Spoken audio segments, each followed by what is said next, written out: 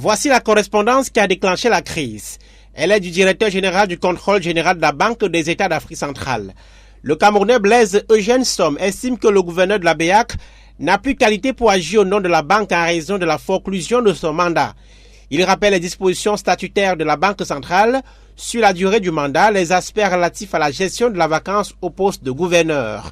Dans la lettre qu'il adresse aux principaux responsables de la BEAC, il estime que Abbas Mamad Toli ayant pris fonction le 6 février 2017, son mandat est automatiquement échu au 6 février 2024. Sur cette base, le directeur du contrôle conclut que le Tchadien n'a plus de mandat ni d'habilitation à représenter son pays au sein du gouvernement de la BEAC et que Abbas Mamad Toli doit être suppléé par le vice-gouverneur.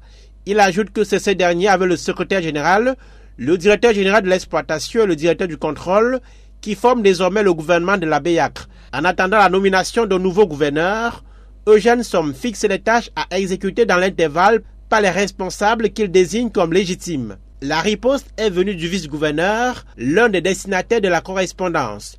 Michel Zombala rappelle que le gouverneur de la BEAC est nommé par la conférence des chefs d'État de la CEMAC et qu'il appartient aux plus hautes autorités sous-régionales de désigner son successeur et de mettre fin à son mandat.